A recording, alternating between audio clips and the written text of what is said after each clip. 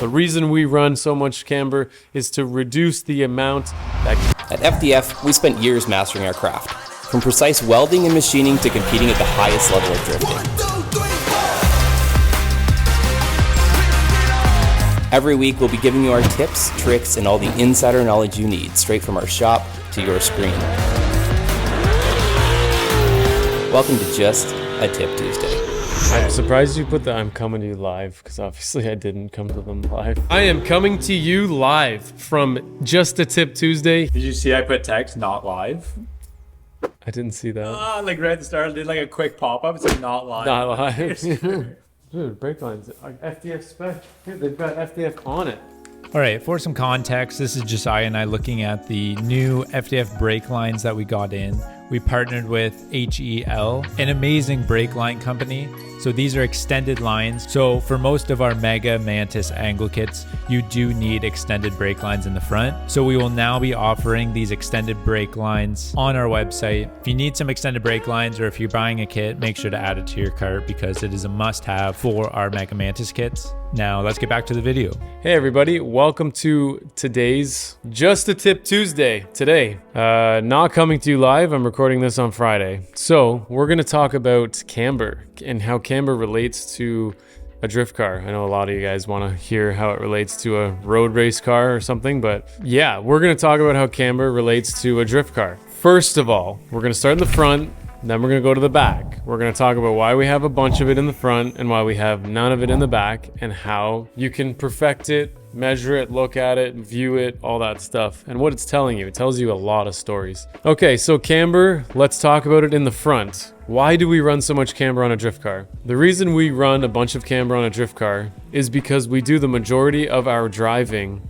at angles ranging from 35 to 70 degrees. What happens when you turn the wheel from 35 plus is you have two kinematics that are going to start playing a role. Your caster angle and your KPI or SAI angle. That is your kingpin axis or your steering axis inclination. Both of those are the same thing. The more modern term is SAI, steering axis inclination, and that is the angle when viewing the car from the front passes through the lower ball joint, the lower outer ball joint, through the upper ball joint, or on a McPherson strut, through the top of the coilover. That is your SAI angle. Your caster is the angle of basically that same thing, a line passing through the lower ball joint and the upper ball joint, but viewed from the side. Both of these things are what give us good self-alignment torque, okay? But we're not talking about that. We're talking about why we're running a lot of camber.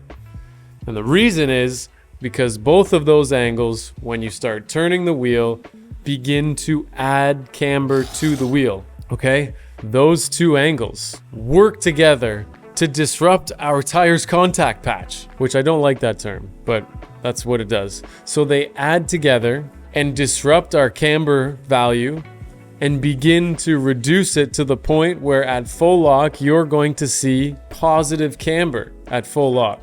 And quite a bit of it in some cases. If you see a wheel that's heavily flopped over or has a lot of positive camber when the car is drifting, that means that that car has high SAI and it has high caster. That's pretty much what you're seeing. And the cars that have a great flat contact patch, even at full angle, well, they have low SAI and low caster. How do they achieve that? Well, there's different ways to do that with messing around with displaced caster, which is the offset of the hub in correlation to... I don't know if we should include that. That's a lot of information. We're talking about camber. Let's stay focused here. For an example, let's say that we've got -5 degrees set up as our camber. We then turn the wheel. That -5 degrees, as we're turning, starts reducing. At 10 degrees, it goes to -4. At 20 degrees, now we're down to -1 degree. And then beyond 20, we might start seeing some positive camber on that wheel. The reason we run so much camber is to reduce the amount that SAI and caster take away so that we have somewhat of a decent tire contact on the pavement. That is why we run so much camber in the front. There are negatives to running a lot of camber in the front, like your braking ability when you need to stop and your wheels are pointing straight. You're not gonna have much. I've taken my drift car racing around the track, let me tell you, you will flat spot the front so fast when you late brake and do all those different tactics that you'll wish you never tried to road race your drift car. It would be much better if I had way less camber, but then I wouldn't get all the benefits from what they do for us in drifting. So anyways, man, Jack, I don't know. We might have to clean this one up somehow. The positives and the negatives to running a lot of camber in the front. The more camber you run, the better your wheels contact will be at high angle. So really depending on how often you're running the car at a high amount of angle will determine how much static camber you should have. If you look at some of the pro cars in FD, some of them are running -7. Some of them are driving with a lot of angle because their cars perform better at higher amounts of angle. For example, like the RTR cars definitely run higher amounts of camber. This is just strictly based off of visuals, and they perform really well at high amounts of angle. Otherwise, there really isn't too many negative effects. When you run a lot of camber as well, you're going to run into some ball joint binding. The more that you increase camber, the tighter this angle gets with the control arm. And then at angle, you're gonna run into some ball joint binding. But really, I recommend to run between -4 to -6 camber. We don't make a kit that's outside of that range. They're all designed to go slightly lower and higher than that, but I'll always say to run them right in the -4 to -6 range. And oftentimes on the kit, I'll have a specific value that kit was designed with. That's how we design the kits. That's why we run so much camber in the front. And those are the positives and the negatives. Let's talk about camber in the rear. So on a drift car, typically we are setting up camber to run close to 0. Most suspension setups will gain camber under compression.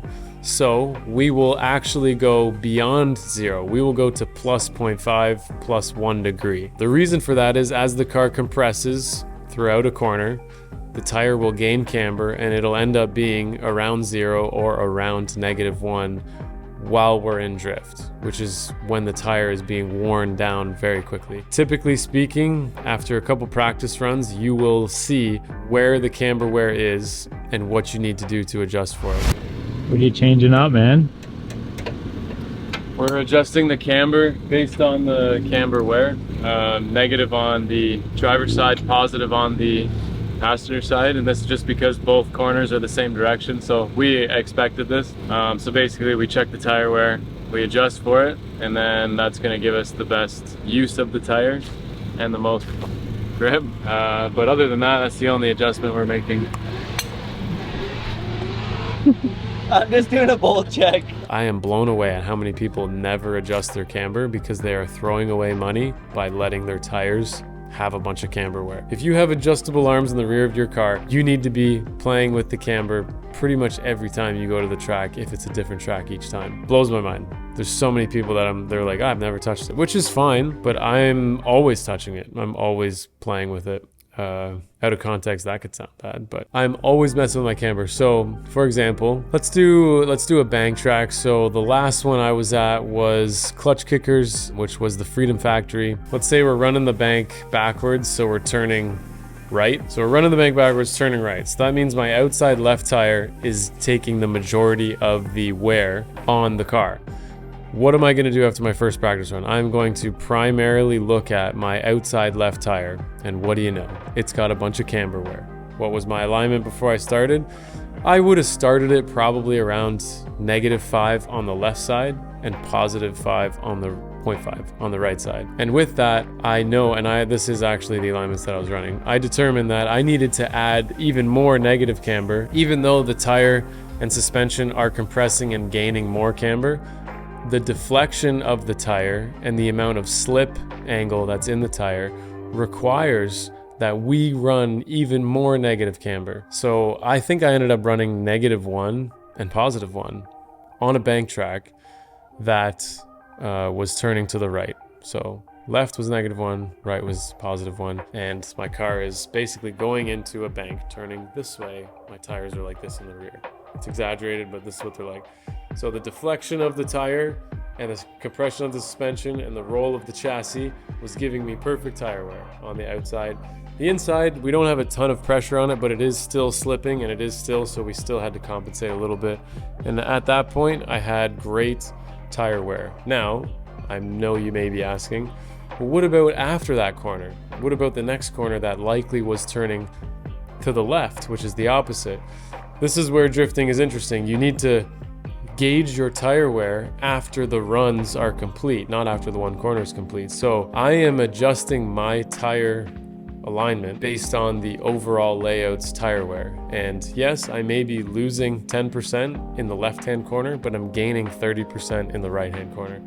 So really, it's a game of checking your tires every time you practice, having suspension that you are able to adjust easily, and then gauging what you need to do to either get the most tire wear out of and money worth out of your tire, or get the best performance out of your tire. These are really important in both aspects, because if I'm getting camber wear, that means I'm also losing potential grip that's available, because I'm obviously not using the entirety of the tire. And then if you do have camber wear, you're also going to have definitely different heat signatures on the tire, because you're going to be burning up the inside much faster. Rubber starts melting and disintegrating and not driving the car forward if you overheat it. And you can see these patterns in the tire, and you can see that wear on the tire. It's something that does take a little bit of experience, but you can definitely tell by the way the rubber is deforming and coming off that you overheated it, and that could be your wheel speed is too high, your camber is not right, and you can even get some toe in there if you're running too much toe. Yeah, that's basically everything to do with camber, front and rear. Not a whole lot else I can do other than encourage you guys to get suspension that allows you to adjust this. We are constantly improving and making sure that our suspension is like super easy to adjust and set up. So if you've seen the latest and greatest from the designs from like my Corvette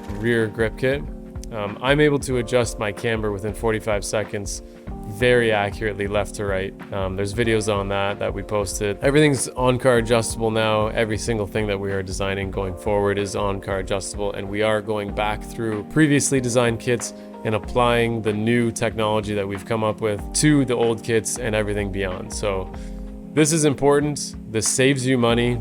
It saves you time at the alignment shops, and knowing what you're looking for and doing is very beneficial. So that's your tip, just a tip Tuesday on camber. I'm glad you guys have great feedback on these videos. Thanks for watching. We'll see you guys in the next one. Feel free to say what you guys want a tip on. See you on the next one.